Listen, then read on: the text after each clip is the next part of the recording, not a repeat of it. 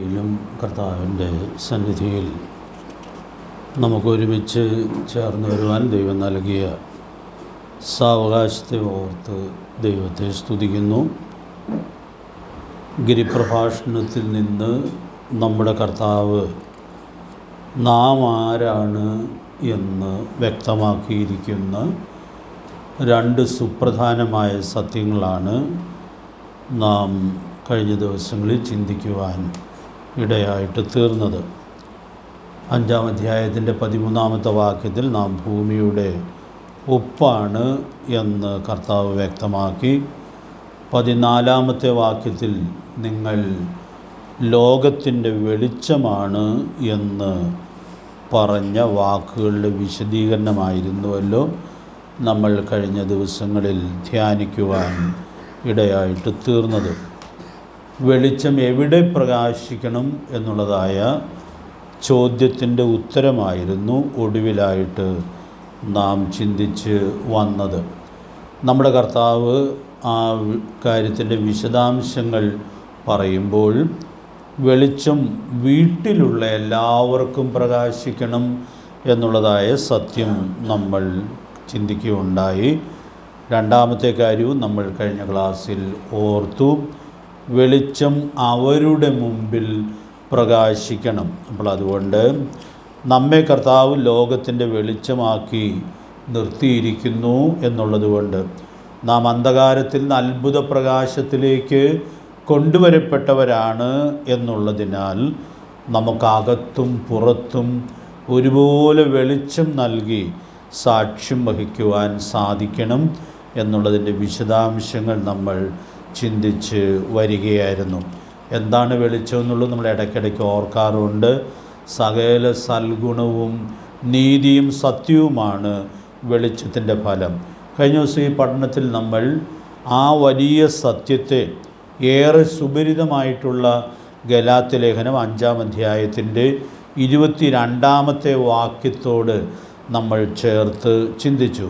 ഗലാത്യ 5:22 എന്താണ് വായിക്കുന്നത്? ആത്മാവിൻ്റെ ഫലം എന്താണ് എന്ന് നമ്മൾ വായിക്കുന്നുണ്ട്.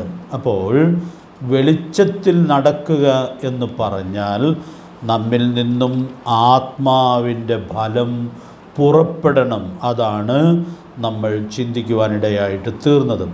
നമ്മുടെ വീട്ടിൻ അകത്ത് ആത്മാവിൻ്റെ ഫലം അന്യോന്യം ആസ്വദിക്കുവാനായിട്ട് സാധിക്കുന്നത് കുടുംബത്തെ ആസ്വാദ്യമാക്കും എന്ന് നമ്മൾ ഓർത്തു. നമ്മുടെ ആത്മീക കുടുംബമായിരിക്കുന്ന സഭയ്ക്കകത്തും നമുക്ക് ആത്മാവിൻ്റെ ഫലം അന്യോന്യം ആസ്വദിക്കുവാനായിട്ട് സാധിക്കണം. അതാണ് സഭാജീവിതത്തിൻ്റെ ആസ്വാദ്യതയും ആകർഷണീയതയും ആയിട്ട് ഇരിക്കുന്നത്. അതുകൊണ്ട് പ്രിയപ്പെട്ടവരെ, ഇവിടെ പിശാച് നമ്മെ തോൽപ്പിക്കാനുള്ളതായ വലിയ സാധ്യതയുണ്ട് എന്നുള്ളതിനാൽ നാം തോറ്റുപോകാതെ ജയാളികളായിട്ട് ജീവിക്കുവാൻ സാധിക്കേണ്ടിയിരിക്കുന്നു. ദൈവമക്കളായി നാം ആത്മാവിൻ്റെ ഫലമുള്ളവരായിട്ട് ജീവിച്ചാൽ അതിൻ്റെ നന്മ പുറത്തുള്ള ആളുകൾക്കും അവിശ്വാസികൾക്കും അനുഭവിക്കുവാനായിട്ട് സാധിക്കും. ഇത് രണ്ടും കൂടെ സമന്വയിപ്പിച്ച് കഴിഞ്ഞ ക്ലാസ്സിൻ്റെ ഒടുവിൽ നമ്മൾ ഒരാളെക്കുറിച്ച് ചിന്തിച്ചാണ് നിർത്തിയത്. ആരെക്കുറിച്ചാണ് ചിന്തിച്ചത്? യോസേപ്പിനെ കുറിച്ച് ചിന്തിച്ചായിരുന്നു. യോസേപ്പ് ഫലപ്രദമായൊരു വൃക്ഷമാണ്. അതിൻ്റെ കൊമ്പുകൾ എവിടെ പടരുന്നു എന്നൊക്കെ നമ്മൾ ഓർത്തായിരുന്നു. എവിടെ പടരുന്നു? മതിലിന്മേൽ പടരുകയാണ്. അപ്പോൾ അതുകൊണ്ട് അകത്തുള്ളവർക്കും പുറത്തുള്ളവർക്കും ഒരുപോലെ ആ ഫലം ആസ്വദിക്കുവാനായിട്ട് കഴിയും എന്നുള്ളത് നമ്മൾ ചിന്തിച്ചു. അല്പം തിടുക്കത്തിലാണെങ്കിൽ ഉൽപ്പത്തി പുസ്തകം 50-ാം അധ്യായത്തിൽ 21-ാമത്തെ വാക്യത്തിൽ യോസേപ്പ് തൻ്റെ പ്രിയപ്പെട്ട സഹോദരന്മാരെ ധൈര്യപ്പെടുത്തുന്ന വാക്യം വായിച്ചാണ് നമ്മൾ കഴിഞ്ഞ ക്ലാസ് അവസാനിപ്പിച്ചത്. ആകയാൽ നിങ്ങൾ ഭയപ്പെടേണ്ട, ഞാൻ നിങ്ങളെയും നിങ്ങളുടെ കുഞ്ഞുകുട്ടികളെയും പോറ്റി രക്ഷിക്കും എന്ന് പറഞ്ഞ് യോസേപ്പ് അവരെ ധൈര്യപ്പെടുത്തുന്നു എന്നുള്ളത് എത്രയോ മനോഹരമായിട്ടുള്ളതായ കാര്യമാണ്. ലോക ചരിത്രത്തിൽ ഈ മനുഷ്യനൊരു വ്യത്യസ്തനാണ്. കാരണം തൻ്റെ സഹോദരന്മാർക്കും അവരുടെ കുഞ്ഞുകുട്ടികൾക്കും എല്ലാ സംരക്ഷണവും യോസേപ്പ് വാഗ്ദത്തം ചെയ്യുന്നു എന്നുള്ളത് നമുക്ക് ഇവിടെ ഉൾക്കൊള്ളാനായിട്ട് സാധിക്കുന്നുണ്ട്. നമുക്കറിയാം, യോസേപ്പ് അകത്ത് ആശ്വാസമായിരുന്നു എന്ന് മാത്രമല്ല, ആ രാജ്യത്ത് ആശ്വാസമായിരുന്നു എന്നുള്ളത് മാത്രമല്ല, മറ്റു രാജ്യങ്ങളിൽ നിന്നും ആളുകൾ വന്ന് യോസേപ്പിൽ നിന്ന് ആഹാരം വാങ്ങിക്കൊണ്ടുപോയി കഴിക്കുകയും അതിൽ ആശ്വാസം കണ്ടെത്തുകയും ചെയ്തു എന്നുള്ളത് നമുക്ക് കാണുവാനായിട്ട് സാധിക്കുകയാണ്. അതുകൊണ്ട് ഈ അകത്തും പുറത്തും വെളിച്ചം നൽകാം എന്നുള്ളതിൽ വചനത്തിലെ വളരെ മനോഹരമായൊരു ഉദാഹരണമായിട്ടാണ് യോസേപ്പിൻ്റെ ജീവിതം ഇരിക്കുന്നത്. അതുകൊണ്ട് പ്രിയപ്പെട്ടവരെ, നമുക്ക് ആ ജീവിതത്തിൽ നിന്നും പ്രചോദനം ഉൾക്കൊള്ളാനായിട്ട് സാധിക്കട്ടെ. ഈ വാക്യത്തിലൂടെ കടന്നു പോയപ്പോൾ ഒരു സ്റ്റേറ്റ്മെൻറ്റ് പറഞ്ഞ് മുമ്പോട്ട് പോകാം എന്ന് ഞാൻ വിചാരിക്കുകയായിരുന്നു. ഒരു വീട്ടിൽ ഒരാൾ ദൈവഭാഗത്ത് വിശ്വസ്തനായിരുന്ന് ആത്മനിറവിൽ ജീവിക്കുവാൻ ഇടയായിട്ട് തീർന്നാൽ ആ കുടുംബാംഗങ്ങൾക്ക് എല്ലാവർക്കും അതിൻ്റെ ആശ്വാസം അനുഭവിക്കുവാനായിട്ട് സാധിക്കും. ആത്മീയമായ കുടുംബമായിരിക്കുന്ന സഭയിലും ഇത് വളരെ ശരിയാണ്. ഒരു സഭയിൽ ഒരാളെങ്കിലും ഈ കൃപയിൽ പ്രയോജനകരമായിട്ട് നിൽക്കുവാൻ ഇടയായിട്ട് തീർന്നാൽ ആ സഭയ്ക്കകത്ത് അത് ആസ്വദിക്കുവാനായിട്ട് സാധിക്കും. അതുകൊണ്ട് പ്രിയപ്പെട്ടവരെയും, അപ്പോൾ എല്ലാവരും ആ ഗുണനിലവാരം സൂക്ഷിക്കാൻ ഇടയായിട്ട് തീരുന്നത് എത്രയോ അനുഗ്രഹമായിരിക്കും എന്നുള്ളത് നമുക്കിവിടെ ഓർക്കാനായിട്ട് കഴിയും. അപ്പോൾ നമ്മുടെ കർത്താവ് നിങ്ങൾ ലോകത്തിൻ്റെ വെളിച്ചമാകുന്നു എന്ന് പറയുമ്പോൾ അത് എത്ര വിശാലമായ അർത്ഥം വെളിപ്പെടുത്തുന്നു എന്നുള്ളത് നമുക്ക് ഉൾക്കൊള്ളാനായിട്ട് സാധിക്കുകയാണ്. ദൈവത്തിൻ്റെ ആത്മാവ് നമ്മെ സഹായിക്കട്ടെ. ഒരു കാര്യം കൂടെ ഞാൻ ചേർത്ത് പറഞ്ഞ് നമ്മുടെ ആ പാഠം അവസാനിപ്പിക്കാം എന്ന് ആഗ്രഹിക്കുകയാണ്. ഏതാണ് ഏറ്റവും വലിയ സൽപ്രവൃത്തി? നമുക്കറിയാം, നമ്മുടെ സൽപ്രവൃത്തികളാണ് ഈ ആത്മാവിൻ്റെ ഫലത്തിൽ പുറത്ത് വരേണ്ടിയിരിക്കുന്നത്. നമുക്കത് ലളിതമായിട്ട് ഉൾക്കൊള്ളാനായിട്ട് സാധിക്കുന്നതായ കാര്യമാണ്. സ്നേഹമുണ്ടെങ്കിൽ സ്നേഹത്തിൻ്റെ പ്രവൃത്തികളുണ്ടാകും. പരോപകാരമുണ്ടെങ്കിൽ അത് നിശ്ചയമായിട്ടും പ്രവൃത്തികളിൽ വെളിപ്പെടുത്തപ്പെടുവാൻ ഇടയായിട്ട് തീരും. ഓരോ വാക്കുകളും അങ്ങനെ നിങ്ങൾ ചിന്തിച്ചോളൂ. അപ്പോൾ നമുക്ക് സൽപ്രവൃത്തികളുടെ സാക്ഷ്യം സൂക്ഷിക്കാനായിട്ട് സാധിക്കണം. അത് നമ്മൾ കഴിഞ്ഞ ദിവസം ചേർത്ത് ഓർത്തു. നമ്മൾ കൃപയാൽ വിശ്വാസത്താൽ രക്ഷിക്കപ്പെട്ട ആളുകളാണ്. അത് നമ്മൾ സാമാന്യം വിശദമായിട്ട് ഓർക്കുവാൻ ഇടയായിട്ട് തീർന്നു. എന്നാൽ എഫേസ്യർ 2:10 നമ്മൾ ഒടുവിൽ ഓർത്തായിരുന്നു, നാം എന്തിനു വേണ്ടി സൃഷ്ടിക്കപ്പെട്ടവരാണ്? സൽപ്രവൃത്തികൾക്കായിട്ട് ക്രിസ്തുയേശുവിൽ സൃഷ്ടിക്കപ്പെട്ടവരാണ്. നാം ചെയ്തു പോരേണ്ടതിന് ദൈവം അത് മുന്നൊരുക്കിയിരിക്കുന്നു. അതുകൊണ്ട് അവിടെ ഒരു ചെറിയ വിശദീകരണം ഞാൻ ഓർപ്പിക്കണം എന്ന് ആഗ്രഹിക്കുകയാണ്. ഏതാണ് ഏറ്റവും വലിയ സൽപ്രവൃത്തി? ഒരു ഉത്തരം പറയാമോ?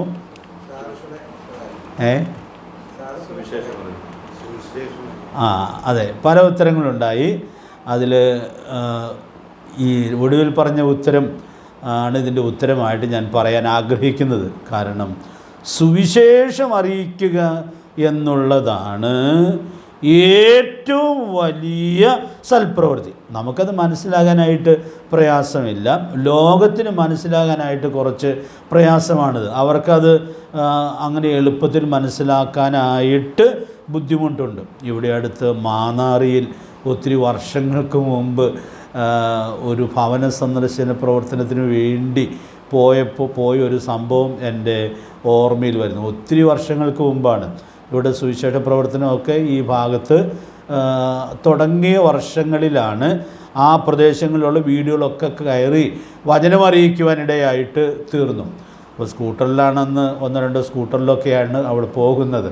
അപ്പോൾ അവിടെ ചെന്ന് അതൊക്കെ ഒതുക്കി വെച്ചിട്ട് വീടുകളിൽ പോകാനായിട്ട് ട്രാക്റ്റും പുസ്തകമൊക്കെ ഇട്ട് ഇറങ്ങുമ്പോൾ കടയിലിരുന്ന് കുറച്ച് ആളുകൾ പറഞ്ഞു, ഇവർ ഈ പെട്രോളും കത്തിച്ച് ഇവിടെയൊക്കെ ഇതിലെയൊക്കെ വന്നേക്കാൾ എളുപ്പം 2 കിലോ അരി വാങ്ങിച്ച് ഈ വീടുകളിലൊക്കെ കൊടുത്തായിരുന്നെങ്കിൽ എന്ത് പ്രയോജനം ഉണ്ടായിരുന്നേനെ എന്ന് ഞങ്ങൾ കേൾക്കെ പറയുവാൻ ഇടയായിട്ട് തീർന്നു.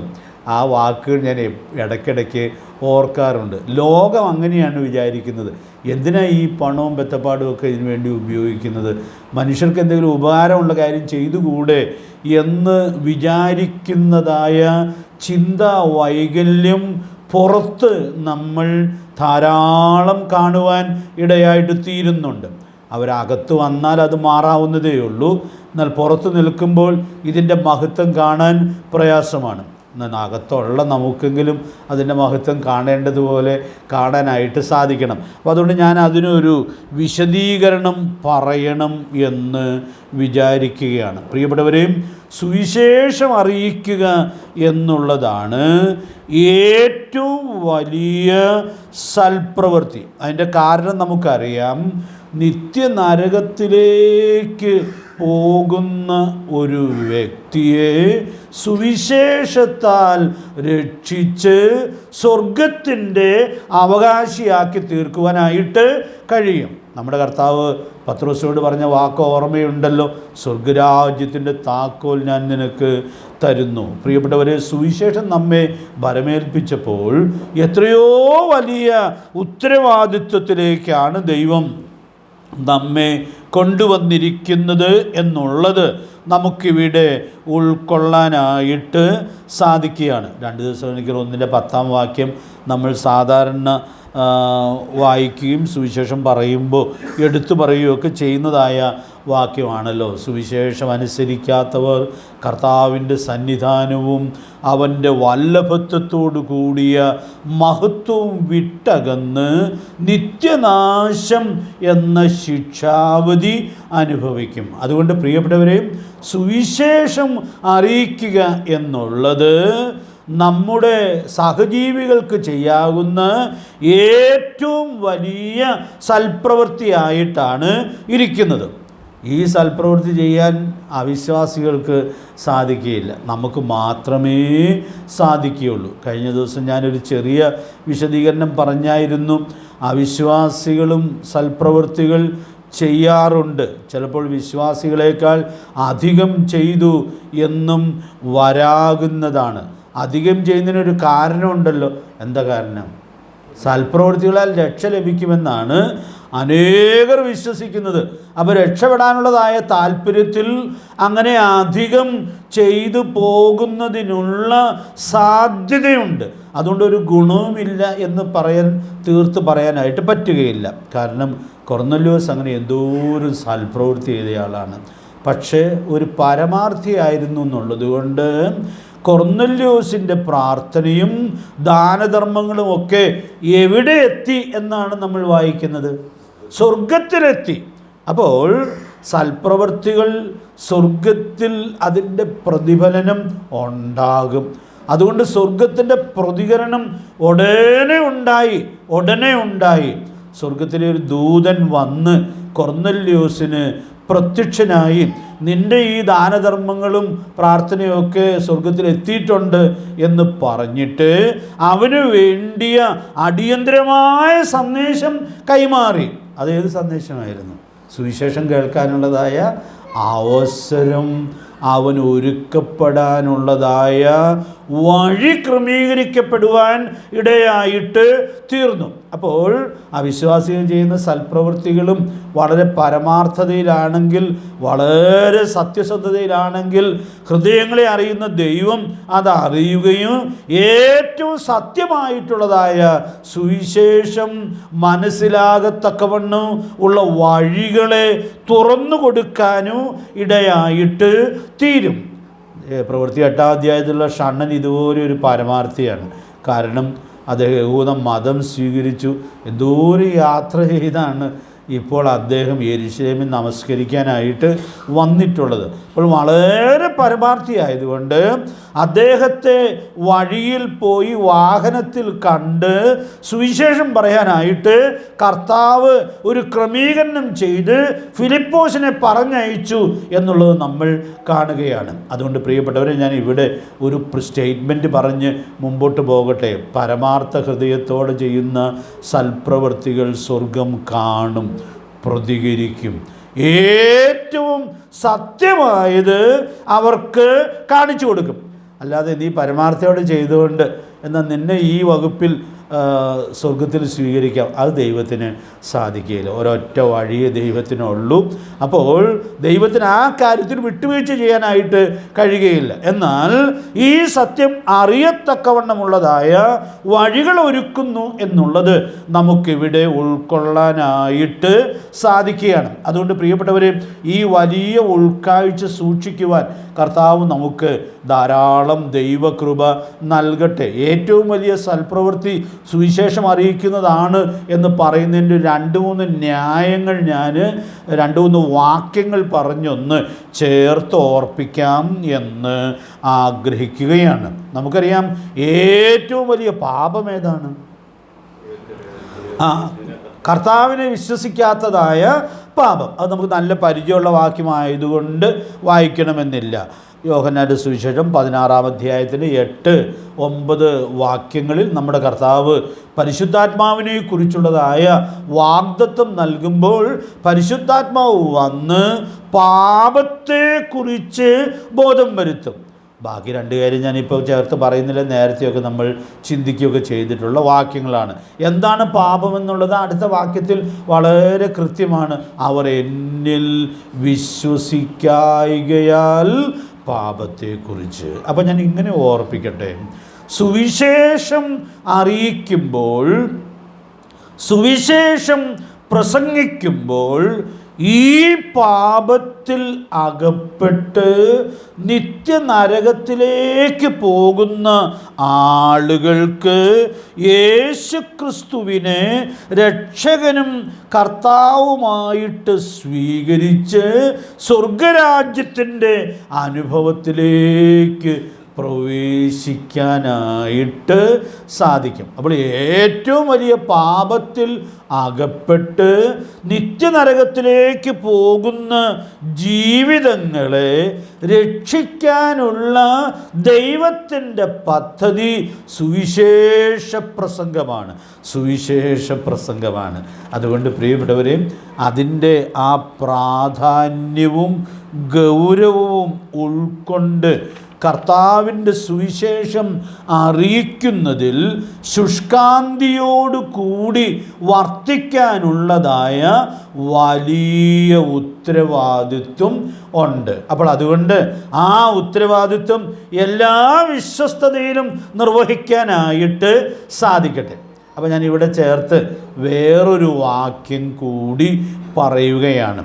റോമാലേഖനം 10-ാം അധ്യായത്തിൽ സുവിശേഷത്തെ സംബന്ധിക്കുന്ന ചില സത്യങ്ങൾ വിശദീകരിക്കുമ്പോൾ അവിടെ ഈ സുവിശേഷം പ്രസംഗിക്കുക എന്നുള്ളത് എത്ര പ്രധാനപ്പെട്ട കാര്യമാണ് എന്ന കാര്യം അവിടെ ദൈവത്തിൻ്റെ പരിശുദ്ധാത്മാവ് രേഖപ്പെടുത്തുന്നുണ്ട്. നമുക്ക് പരിചയമുള്ള വാക്യമാണെങ്കിലും ആ വാക്യങ്ങളൊന്ന് വായിക്കാം. റോമാലേഖനം 10-ാം അധ്യായത്തിൻ്റെ 14-15 വാക്യങ്ങൾ വായിക്കുമ്പോൾ അവിടെ ചില ചോദ്യങ്ങൾ എഴുത്തുകാരൻ ദൈവാത്മാവിൽ ചോദിക്കുന്നുണ്ട്. 4 ചോദ്യങ്ങൾ ചോദിക്കുന്നുണ്ട്. അപ്പോൾ ആ ചോദ്യങ്ങളൊന്ന് ശ്രദ്ധിക്കുന്നത് നല്ലതായിരിക്കും. വായിക്കാം. എന്നാൽ അവർ വിശ്വസിക്കാത്തവരെ എങ്ങനെ വിളിച്ചപേക്ഷിക്കും? അവർ കേട്ടിട്ടില്ലാത്തവരെ എങ്ങനെ വിശ്വസിക്കും? പ്രസംഗിക്കുന്നവരില്ലാതെ എങ്ങനെ കേൾക്കും? ആരും അയക്കാതെ എങ്ങനെ പ്രസംഗിക്കും? അപ്പോൾ അവിടെ എത്ര കൃത്യമായിട്ടാണ് ചില ചോദ്യങ്ങളിലൂടെ ഈ സത്യം വെളിപ്പെടുത്തുന്നതായിട്ട് നമ്മൾ കാണുന്നത്. പ്രിയപ്പെട്ടവരെ, ആ വാക്കുകൾ എത്ര മനോഹരമാണ്. വിശ്വസിക്കാത്തവനെ എങ്ങനെ വിളിച്ചപേക്ഷിക്കും? അപ്പോൾ വിളിച്ചപേക്ഷിക്കണമെങ്കിൽ ഈ വിശ്വാസത്തിലേക്ക് വരേണ്ടിയിരിക്കുന്നു. രണ്ടാമത്തെ ചോദ്യം എന്താണ്? അവർ കേട്ടിട്ടില്ലാത്തവനിൽ എങ്ങനെ വിശ്വസിക്കും? അപ്പോൾ ദൈവത്തിൻ്റെ ദാസൻ ഈ സത്യം രേഖപ്പെടുത്തുമ്പോൾ പടിപടിയായിട്ട് ഈ വലിയ സത്യത്തെ വെളിപ്പെടുത്തുന്നു എന്നുള്ളത് നമുക്കിവിടെ ഉൾക്കൊള്ളാനായിട്ട് സാധിക്കുകയാണ്. പിന്നെ അടുത്ത ചോദ്യം നാം വായിക്കുന്നു, അവർ കേട്ടിട്ടില്ലാത്തവനിൽ എങ്ങനെ വിശ്വസിക്കും? അപ്പോൾ ഓരോ പടിയും ചോദ്യരൂപത്തിൽ വ്യക്തമാക്കുന്നു എന്നുള്ളത് നമ്മൾ കാണുകയാണ്. പ്രസംഗിക്കുന്നവനില്ലാതെ എങ്ങനെ കേൾക്കും? പിന്നെ അടുത്ത പടി ഇങ്ങനെ പറയാം, ആരും അയക്കാതെ എങ്ങനെ പ്രസംഗിക്കും? അപ്പോൾ ഈ സുവിശേഷം പ്രസംഗിക്കുക എന്നുള്ളത് അതിൽ തന്നെ എത്രയോ പ്രധാനപ്പെട്ട കാര്യമായിരിക്കുന്നു എന്നുള്ളത് നമുക്ക് ഈ വചനത്തിൽ ഉൾക്കൊള്ളുവാനായിട്ട് സാധിക്കുന്നുണ്ട്. നമ്മുടെ കർത്താവ് നൽകിയ മഹാനിയോഗത്തിൽ നമ്മളതിൽ 5 കാര്യങ്ങൾ സാധാരണ ചിന്തിക്കാറുണ്ട്. അതിൽ ആദ്യത്തെ കാര്യം എന്താണ്? പോയി പ്രസംഗിക്കണം. പ്രിയപ്പെട്ടവരെ, അത് വളരെ പ്രധാനപ്പെട്ടതായ കൽപ്പനയാണ്. മർക്കോസ് സുവിശേഷത്തിൽ അതൊക്കെ പറയുമ്പോൾ നിങ്ങൾ ഭൂലോകത്തിൽ എല്ലായിടത്തും പോയി, അടുത്ത വാക്ക് എന്താ? സകല സൃഷ്ടിയോടും സുവിശേഷം പ്രസംഗിക്കണം. അപ്പോൾ എത്ര വിശാലമായ നിലയിൽ നിർവഹിക്കേണ്ടുന്ന കാര്യമായിട്ടിരിക്കുന്നു എന്നുള്ളത് നമ്മൾ കാണുകയാണ്. ഈ സൽപ്രവൃത്തിയും പ്രസംഗവും കൂടെ താരതമ്യപ്പെടുത്തുമ്പോൾ വളരെ പ്രസിദ്ധമായിട്ടുള്ളതായ ഒരു വാചകം അനേകർ പറയാറുണ്ട്. ഈ കാലത്ത് ഒത്തിരി പ്രസംഗമല്ല ആവശ്യം, പിന്നെ ജീവിതമാണ് ആവശ്യം എന്ന് പറയാറുണ്ട്. ജീവിതമാണ് ആവശ്യം, അല്ലെങ്കിൽ പ്രവൃത്തിയാണ് ആവശ്യം എന്ന് പറയാറുണ്ട്. നമുക്ക് ആ സ്റ്റേറ്റ്മെൻറ്റിനോട് വിരോധമില്ല, പക്ഷേ ആദ്യത്തെ ഭാഗത്തോട് വിരോധമുണ്ട്. കാരണം പ്രസംഗമല്ല വേണ്ടതെന്ന് പറയാൻ പാടില്ല. പിന്നെയോ പ്രസംഗിക്കുക എന്നുള്ളത് നമ്മുടെ കർത്താവ് വളരെ കൃത്യമായിട്ട് നൽകിയിട്ടുള്ളതായ ഉത്തരവാദിത്വമാണ്, കൽപ്പനയാണ്. പോയി പ്രസംഗിക്കണം. ഞാനൊരു ബാലനായിരിക്കെ ചെറിയാൻ സാറിൻ്റെ ഒരു ക്ലാസ്സിൽ അറ്റൻഡ് ചെയ്യുമ്പോൾ സാറ് വളരെ സരസമായിട്ട് ഈ കൽപ്പനയുടെ പ്രാധാന്യം പറഞ്ഞ് വാക്കുകളും അദ്ദേഹത്തിൻ്റെ ആക്ഷനുമൊക്കെ എൻ്റെ മനസ്സിൽ ഇപ്പോഴും തങ്ങി നിൽക്കുവാനിടയായിട്ട് തീരുന്നുണ്ട്. നമ്മളൊരു വീട്ടുമുറ്റത്ത് പോയി ഇന്ന് ഒന്നും പറയാതെ 3-4 ആംഗ്യം കാണിച്ചിട്ട് പോന്നു കഴിഞ്ഞാൽ അവർക്ക് വല്ലതും മനസ്സിലാവുമോ? അപ്പം അതുകൊണ്ട് ആംഗ്യം കാണിച്ചാലൊന്നും പോരാ, പിന്നെയോ പോയി പറയാനുള്ള കാര്യം പറയണം എന്നുള്ളത് സാറിൻ്റെ സ്വതസിദ്ധമായ ഭാഷയിൽ പറയാനിടയായി തീർന്നത് ഓർക്കുന്നു. പ്രിയപ്പെട്ടവരെ, ഞാൻ ഓർപ്പിക്കട്ടെ, പ്രസംഗം എന്നുള്ളത് നമ്മുടെ കർത്താവ് എത്രയോ പ്രാധാന്യത്തോടു കൂടി ഓർപ്പിച്ചിട്ടുള്ളതായൊരു കാര്യമാണ്. ആരും അയക്കാതെ എങ്ങനെ പ്രസംഗിക്കുന്നൊക്കെ എഴുതിയ ആളാരാണ്? അപ്പോസ്തലനായ പൗലോസാണ്. അദ്ദേഹത്തിൻ്റെ ജീവിതം നമ്മൾ ശ്രദ്ധിച്ചാൽ താൻ ഈ ദൈവിക ദൗത്യം എത്രയോ കൃത്യമായിട്ടാണ് നിവർത്തിച്ചത്. 2 തിമോഥെയോസ് 1-ാം അധ്യായത്തിൻ്റെ 11-ാമത്തെ വാക്യത്തിൽ നമ്മൾ വായിക്കുമ്പോൾ ഈ ദൈവദാസൻ പറഞ്ഞിരിക്കുന്നൊരു വാക്ക് വേറിട്ട് നമുക്ക് ഓർക്കാനായിട്ട് സാധിക്കും. ഒന്ന് വായിച്ചോളൂ. 2 തിമോഥെയോസ് 1-ാം അധ്യായത്തിൻ്റെ 11-ാമത്തെ വാക്യം.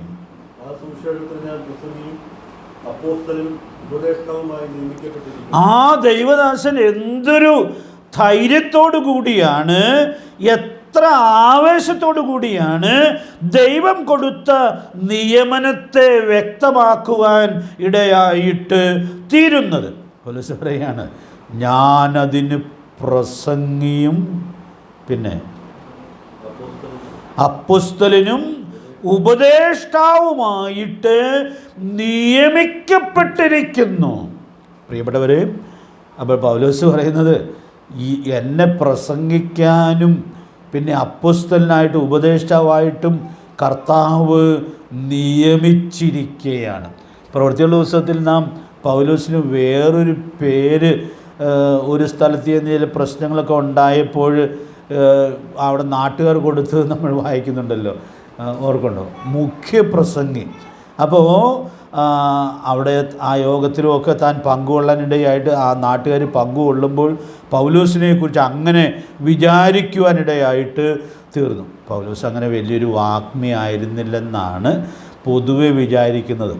അദ്ദേഹം അത് പറയുകയും ചെയ്യുന്നുണ്ട്. വാക്ചാതുര്യത്തോടെ അല്ലതാനും എന്നൊക്കെ പറയുന്നതായ വാക്കുകൾ നമുക്ക് കാണാം. പക്ഷേ ദൈവം തന്നെ പ്രസംഗിയായിട്ട് നിയമിച്ചിരിക്കുന്നു. അപ്പോൾ ദൈവം നിയമിച്ചാൽ അതിന് വാക്ചാതുര്യമൊന്നും വേണം എന്ന് നിർബന്ധമില്ല. ദൈവം തരുന്ന വാക്കുകളുടെ സ്വാതന്ത്ര്യത്തിൽ അത് പറയുക എന്നുള്ളതാണ് ഉത്തരവാദിത്വം. അതുകൊണ്ട് ഞാൻ ഇന്ന് രാത്രിയിൽ ഓർപ്പിക്കാനായിട്ട് ആഗ്രഹിക്കുന്നത്, കർത്താവ് തന്നിട്ടുള്ളതായ ഈ കൽപ്പന എത്രയോ പ്രധാനപ്പെട്ടതാണ്. ഈ ദൈവദാസൻ ജീവിതത്തെ വിസ്മരിക്കുന്നയാളല്ല. ഫിലിപ്പിയർ 4:9 വാക്യം നിങ്ങൾ വേണമെങ്കിൽ അവിടെ നിന്ന് എഴുതിയിട്ടോളൂ. എന്നോട് പഠിച്ചും ഗ്രഹിച്ചും കേട്ടും കണ്ടുമുള്ളത് പ്രവർത്തിപ്പിൻ. താൻ സുവിശേഷം പ്രസംഗിക്കുന്ന കൂട്ടത്തിൽ സുവിശേഷത്തിന് യോഗ്യമാം വണ്ണം മാത്രം ജീവിച്ചയാളാണ്. ആ വാക്യം നമ്മൾ ഈ പഠനത്തിൽ തന്നെ ചേർത്ത് ഓർത്തിട്ടുണ്ട്. ഫിലിപ്പ് ലേഖനം 1-ാം അധ്യായത്തിൻ്റെ 27-ാമത്തെ വാക്യം. അതുകൊണ്ട് ജീവിതത്തിൻ്റെ പ്രാധാന്യം നമ്മൾ വിസ്മരിക്കുന്നില്ല. സുവിശേഷം പ്രസംഗിച്ച ശേഷം നമുക്ക് ആ സുവിശേഷത്തെ പ്രായോഗിക ജീവിതത്തിൽ പ്രതിഫലിപ്പിച്ച് ജീവിക്കാനായിട്ട് സാധിക്കണം. 1-9-27 ഞാൻ ചേർത്തങ്ങ് പറഞ്ഞു പോകട്ടെ. ഞാൻ തന്നെ പ്രസംഗിച്ച ശേഷം കൊള്ളരുതാത്തവനായി തീരാതിരിക്കേണ്ടതിന് ഞാൻ എൻ്റെ ശരീരത്തെ ദണ്ഡിപ്പിച്ച് അടിമയാക്കുകയാണ്. അതുകൊണ്ട് പ്രിയപ്പെട്ടവരെ, ജീവിതം പ്രധാനമാണ്. അപ്പോൾ പ്രസംഗവും പ്രധാനമാണ്. അപ്പോൾ നമുക്ക് കർത്താവ് എന്നുള്ള ഈ ഉത്തരവാദിത്വം ഏറ്റവും കൃത്യമായിട്ട് നിർവഹിക്കാം.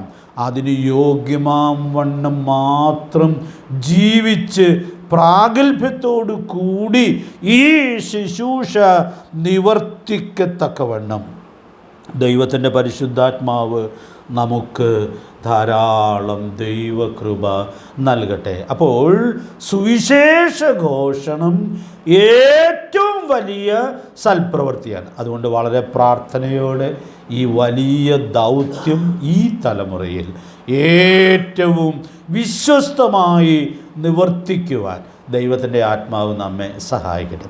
ഞാൻ പിന്നെ ഈ വാക്യം ചിന്തിച്ചുകൊണ്ടിരിക്കുമ്പോൾ നമുക്ക് വളരെ പരിചയമുള്ള മറ്റൊരു വാക്യം എൻ്റെ ഓർമ്മയിൽ വന്നു. തെസ്സലോനിക്കർക്ക് എഴുതിയ 2-ാം ലേഖനം 2-ാം അധ്യായത്തിൻ്റെ 14-ാമത്തെ വാക്യത്തിൽ ക്രിസ്തീയ ജീവിതത്തിൻ്റെ ഏറ്റവും ഉന്നതമായൊരു അവസ്ഥയെക്കുറിച്ച് ആ ദൈവദാസൻ പറയുന്ന കൂട്ടത്തിലും സുവിശേഷ ഘോഷണം പറയുന്നുണ്ട്. നിങ്ങളുടെ ഓർമ്മയിൽ ആ വാക്യം ഉണ്ടായിരിക്കും.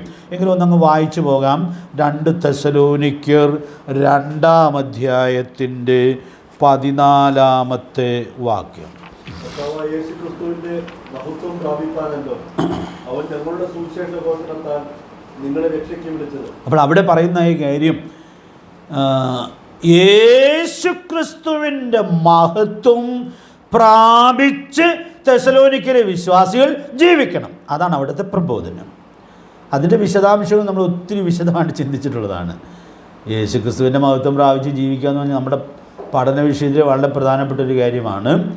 നമ്മൾ ലോകത്തിൻ്റെ വെളിച്ചമാണെങ്കിൽ ആക്കി നമ്മെ വെച്ചിരിക്കുന്നെങ്കിൽ നമ്മുടെ കർത്താവ് പറഞ്ഞൊരു വാക്ക് നമ്മൾ ചേർത്ത് ഓർക്കും, ഞാൻ ലോകത്തിൻ്റെ വെളിച്ചമാകുന്നു.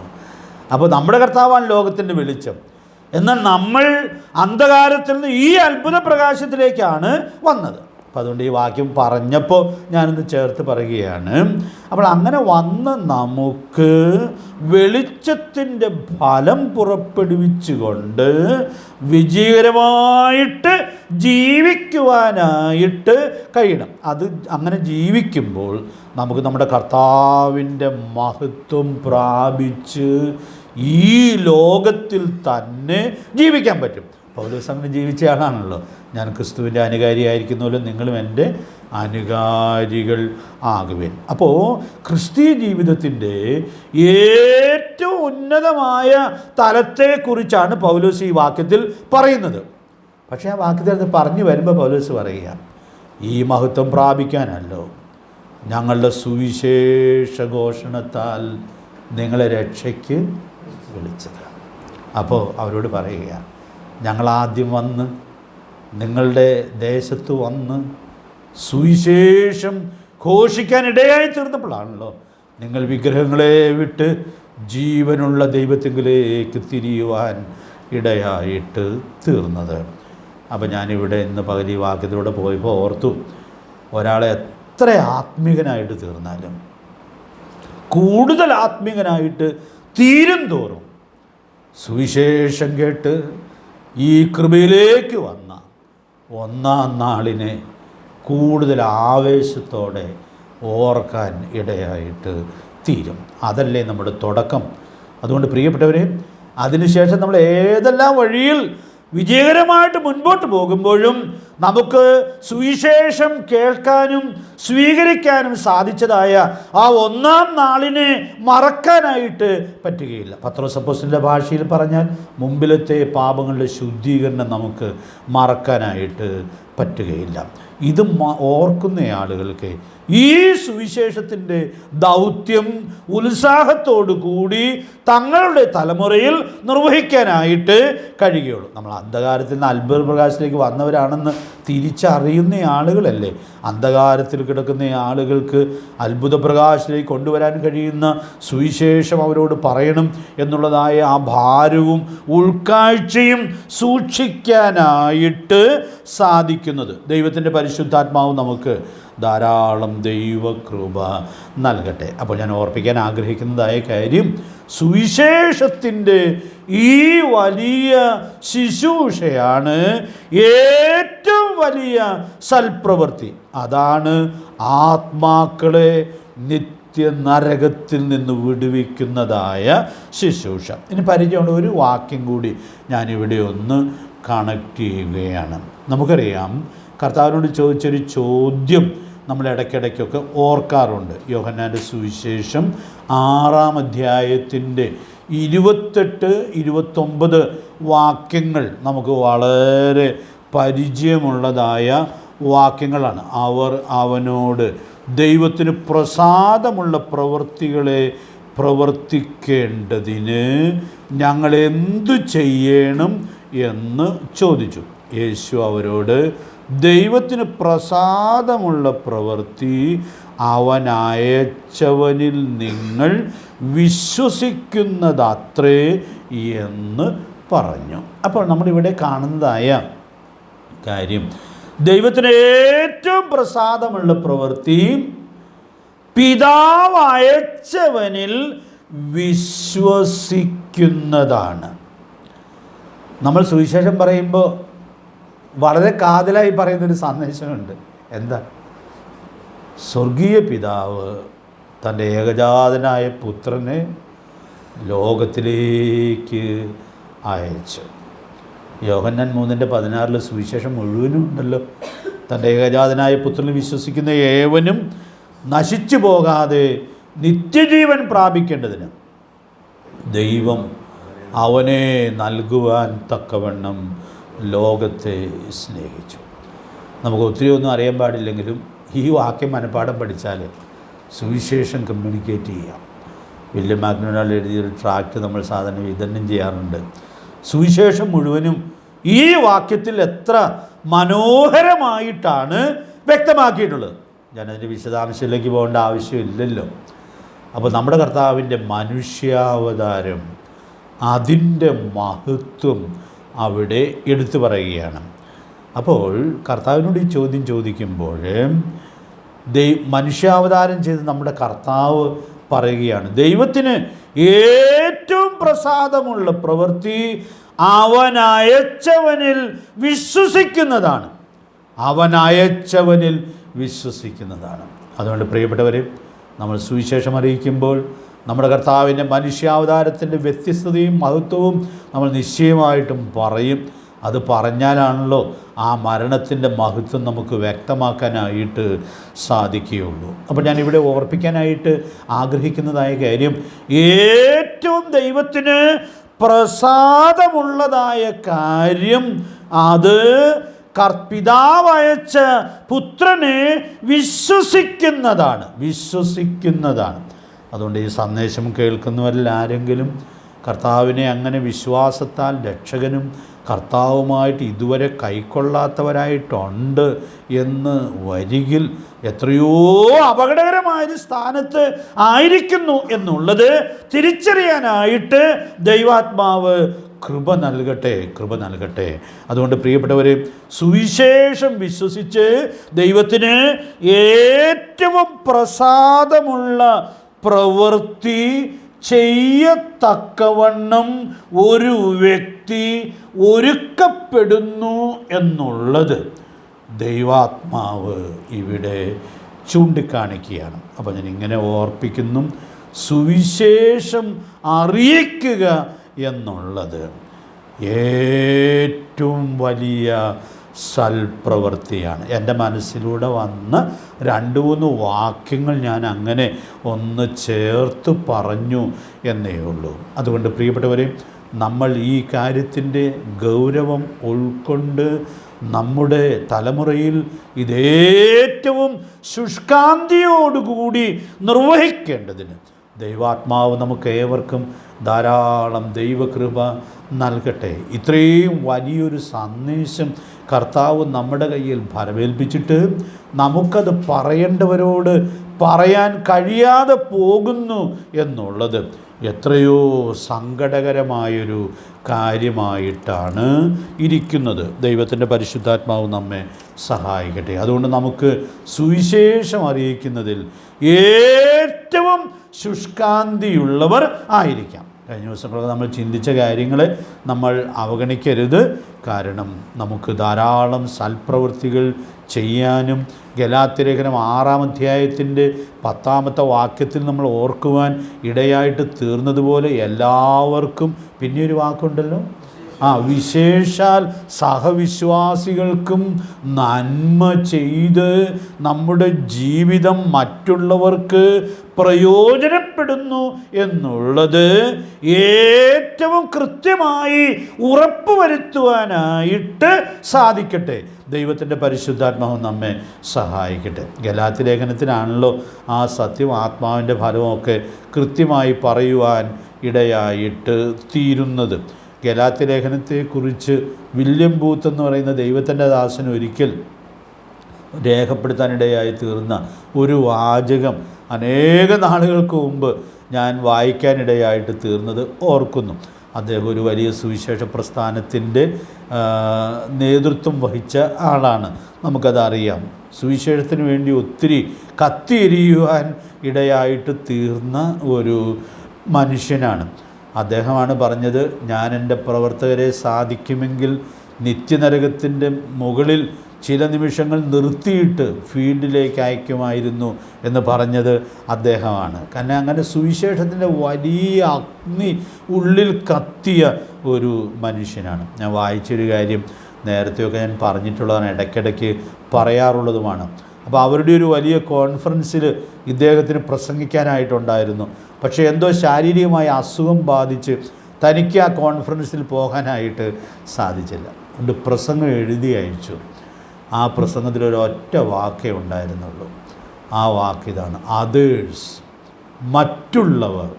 ആ ഒരൊറ്റ വാക്കിൽ ആ പ്രസംഗം എഴുതി ആ കോൺഫറൻസിൽ വായിക്കാനിടയായിട്ട് തീർന്നു. അപ്പോൾ അദ്ദേഹത്തിൻ്റെ പ്രാർത്ഥനയും ആഗ്രഹവും ഈ ഒരൊറ്റ വാക്കിൽ ആ കോൺഫറൻസിൽ സംബന്ധിക്കുന്ന എല്ലാവർക്കും ഈ വലിയ സത്യം ഉൾക്കൊള്ളാനായിട്ട് സാധിക്കണം. അതുകൊണ്ട് പ്രിയ ദൈവമക്കളെ, ഞാൻ ഓർപ്പിക്കാനായിട്ട് ആഗ്രഹിക്കുന്നു, നമ്മെ ദൈവം വെളിച്ചങ്ങളാക്കി വെച്ചിരിക്കുകയാണ്. നാം മറ്റുള്ളവർക്ക് പ്രയോജനപ്പെടേണ്ടവരാണ്. അതുകൊണ്ട് ഇതൊരു വലിയ ജീവിത ദർശനമാണ്. നിങ്ങൾ ലോകത്തിന് വെളിച്ചമാകുന്നു എന്ന് കർത്താവ് പറയുമ്പോൾ നിങ്ങൾ അനുഗ്രഹിക്കപ്പെട്ടവരാണ്. പക്ഷേ നിങ്ങൾ മറ്റുള്ളവർക്ക് അനുഗ്രഹം ആയിരിക്കേണ്ടുന്നവരാണ്. അതുകൊണ്ട് പ്രിയപ്പെട്ടവരെ, ആ വലിയ ഉൾക്കാഴ്ച എല്ലാ കൃത്യതയിലും ഉൾക്കൊണ്ട് ജീവിക്കുവാൻ ദൈവത്തിൻ്റെ പരിശുദ്ധാത്മാവ് നമ്മെ സഹായിക്കട്ടെ. നമ്മൾ അധികം പാടുന്നൊരു പാട്ടിൽ പറയുന്നുണ്ടല്ലോ, ഒരു കൈത്തിരി പോൽ കത്തി എരിഞ്ഞൊഴിക്കണം. അപ്പോൾ നമുക്കറിയാം, വെളിച്ചം മറ്റുള്ളവർക്ക് കൊടുക്കുമ്പോൾ സ്വാഭാവികമായിട്ടും ഒരു കൈത്തിരി കത്തുമ്പോൾ സ്വാഭാവികമായിട്ടും അവിടെ നഷ്ടമുണ്ടാകും, മറ്റുള്ളവർക്ക് പ്രയോജനം ഉണ്ടാകും. അതുകൊണ്ട് നമ്മുടെ കർത്താവ് ഈ പറഞ്ഞ വാക്കുകളിൽ ഉൾക്കൊള്ളുന്നതായ ആഴമേറിയ സത്യം ഉൾക്കൊണ്ട് വരുന്ന ദിവസങ്ങളിൽ ജീവിക്കുവാൻ കർത്താവ് നമ്മെ സഹായിക്കണം. നമ്മൾ ഈ ചിന്തിക്കുന്നതൊക്കെ ഈ പ്രസംഗത്തിൻ്റെ ആമുഖ സത്യങ്ങളാണ്. ഇനി ഇതിൻ്റെ വിശദാംശങ്ങളിലേക്ക് നമ്മൾ വരുമ്പോൾ നമ്മുടെ ജീവിതങ്ങൾ മറ്റുള്ളവർക്ക് എങ്ങനെ പ്രയോജനപ്പെടണം എന്നുള്ളത് എത്രയോ വിശദമായിട്ടാണ് നമ്മുടെ കർത്താവ് ഈ പ്രസംഗത്തിൽ പ്രതിപാദിക്കുന്നത്. അപ്പോൾ അങ്ങനെ മറ്റുള്ളവർക്ക് പ്രയോജനപ്പെടണം എന്നുള്ള ധാരണ പൊതുവെയുണ്ട്. അപ്പോൾ അങ്ങനെ ആ ധാരണയിൽ ആളുകൾ പ്രവർത്തിക്കുമ്പോൾ അതിൽ വരുന്ന വീഴ്ചകളും കുറവുകളുമൊക്കെ കർത്താവ് ഈ പ്രസംഗത്തിൻ്റെ വിശദാംശങ്ങളിലേക്ക് വരുമ്പോൾ ആ കുറവുകളൊക്കെ പരിഹരിച്ച് ഈ കാര്യത്തിൽ മുൻപോട്ട് പോകത്തക്കവണ്ണമുള്ള പ്രബോധനം തുടർന്ന് നൽകുകയാണ്. ഒരു ഉദാഹരണം പറയാം. ഭിക്ഷ കൊടുക്കുന്ന കാര്യം കർത്താവ് ഇനി ഈ പ്രസംഗത്തിൽ വിശദീകരിക്കുന്നതായിട്ട് നമ്മൾ കാണുന്നുണ്ട്. എന്ന് പറഞ്ഞാൽ നിങ്ങളുടെ കയ്യിൽ കിട്ടുന്ന സമ്പത്ത് എങ്ങനെ കൈകാര്യം ചെയ്യണം എന്നുള്ളതായ കാര്യം അതിൽ ഒരു ഉദാഹരണം അങ്ങനെ വിശദീകരിക്കുവാൻ ഇടയായിട്ട് തീരുകയാണ്. ആ കാലത്തും ഭിക്ഷ കൊടുക്കുന്ന ആളുകളാണ് യഹൂദന്മാർ. പക്ഷേ അതിൽ കുറേ പാളിച്ചകളൊക്കെ ഉണ്ടായിരുന്നു. അവർ കൊടുക്കുമ്പോൾ അത് 10 പേരെ അറിയിച്ചും അതിനുള്ളതായ അറിയിപ്പൊക്കെ കൊടുത്തും ഒക്കെ ചെയ്യാറുണ്ട്. അപ്പോൾ അതൊക്കെ കർത്താവ് തിരുത്തുകയാണ്. പ്രിയപ്പെട്ടവരെ, ഞാനിവിടെ പറയാൻ ശ്രമിക്കുന്നതായ കാര്യം, നമ്മുടെ കയ്യിലുള്ള പണം ഏത് സാഹചര്യത്തിലും കൊടുക്കുമ്പോൾ നമ്മുടെ കയ്യിൽ നിന്നത് പോകും, മറ്റുള്ളവർക്ക് പ്രയോജനപ്പെടുവാനിടയായിട്ട് തീരും. അപ്പോൾ ഞാൻ പറഞ്ഞു വരുന്നത്, നമ്മുടെ കർത്താവ് ഈ പ്രസംഗത്തിൻ്റെ ആരംഭഭാഗത്ത് തന്നെ വളരെ കാതലായ ഈ സത്യം നിങ്ങളാരാണ് എന്നുള്ളത് വെളിപ്പെടുത്തിക്കൊണ്ട് നിങ്ങൾ മറ്റുള്ളവർക്ക് പ്രയോജനപ്പെടേണ്ടവരാണ് എന്നുള്ളതായ അനുഗ്രഹീതമായ സത്യം എത്രയോ വ്യക്തമായിട്ട് വെളിപ്പെടുത്തുന്നു എന്നുള്ളത് നമ്മൾ കാണുകയാണ്. അതുകൊണ്ട് പ്രിയപ്പെട്ടവരെ, നമുക്ക് ഈ വലിയ ഉൾക്കാഴ്ച മനസ്സിൽ സൂക്ഷിക്കാം. ഞാൻ എനിക്ക് വേണ്ടി മാത്രം ജീവിക്കേണ്ടവനല്ല, മറ്റുള്ളവർക്ക് വേണ്ടി ജീവിക്കേണ്ടവനാണ് എന്നുള്ളതായ ആ വലിയ ഉൾക്കാഴ്ച നമുക്ക് സൂക്ഷിക്കാം. ഇതിലൊക്കെ പൗലോസിൻ്റെ വാക്കുകളൊക്കെ നമുക്ക് ധാരാളം ഓർക്കാനായിട്ട് സാധിക്കും. അപ്പോൾ നമ്മൾ ഈ കടന്നുപോയ ഈ പാഠം ഞാൻ അവിടെ അവസാനിപ്പിക്കുകയാണ്. അപ്പോൾ നാം ആരാണ് എന്നുള്ളത് മനസ്സിലാക്കി നാം ആയിരിക്കേണ്ടുന്നത് പോലെ ആയിരുന്ന് കർത്താവിന് വേണ്ടി വരുന്ന ദിവസങ്ങളിൽ ഏറ്റവും അധികം പ്രയോജനപ്പെടത്തക്കവണ്ണം ദൈവത്തിൻ്റെ പരിശുദ്ധാത്മാവ് നമ്മെ സഹായിക്കട്ടെ. നിങ്ങൾ ഭൂമിയുടെ ഉപ്പാകുന്നു എന്ന് പറഞ്ഞപ്പോഴും വെളിച്ചമാണെന്ന് പറഞ്ഞപ്പോഴും ഒക്കെ ഉപ്പ് മറ്റുള്ളവർക്ക് പ്രയോജനപ്പെടും. പക്ഷെ നമുക്കറിയാം, ആ ഉപ്പങ്ങ് അലിഞ്ഞ് ഇല്ലാതായിട്ട് തീരും. യോഹന്നാൻ സ്നാപകൻ പറഞ്ഞ വാക്കുകൂടെ നമുക്ക് ചേർത്ത് ഓർക്കാമല്ലോ. ഞാനോ കുറയണം, അവൻ വളരണം. അതുകൊണ്ട് പ്രിയപ്പെട്ടവർ, നാം കുറയാനിടയായി തീരുമ്പോൾ മറ്റുള്ളവർ നമ്മിൽ നിന്നുള്ള നന്മകൾ അനുഭവിക്കുവാൻ ഇടയായിട്ട് തീരുമ്പോൾ സൽപ്രവർത്തികളാൽ നമുക്ക് മറ്റുള്ളവരെ ശുശ്രൂഷിക്കാനായിട്ട് സാധിക്കുമ്പോൾ നമുക്ക് വേണ്ടി ജീവൻ തന്നവൻ്റെ നാമം മഹത്വപ്പെടുവാൻ ഇടയായിട്ട് തീരും. അപ്പോൾ അതുകൊണ്ട് നാം ആരാണ് എന്നുള്ളതായ കാര്യം മനസ്സിലാക്കി വളരെ സൂക്ഷ്മതയോടുകൂടി ആ തിരിച്ചറിവോടുകൂടി ഓരോ ദിവസവും ജീവിക്കുവാൻ, നമ്മുടെ യജമാനെ ശുശ്രൂഷിക്കുവാൻ ദൈവത്തിൻ്റെ പരിശുദ്ധാത്മാവ് നമ്മെ സഹായിക്കട്ടെ. അടുത്ത പാഠത്തിൻ്റെ തലക്കെട്ട് എഴുതി ഇന്നത്തെ ഈ പഠനം അവസാനിപ്പിക്കാം എന്ന് ആഗ്രഹിക്കുന്നു. ആചരിക്കുകയും പഠിപ്പിക്കുകയും ചെയ്യുന്ന വലിയവൻ.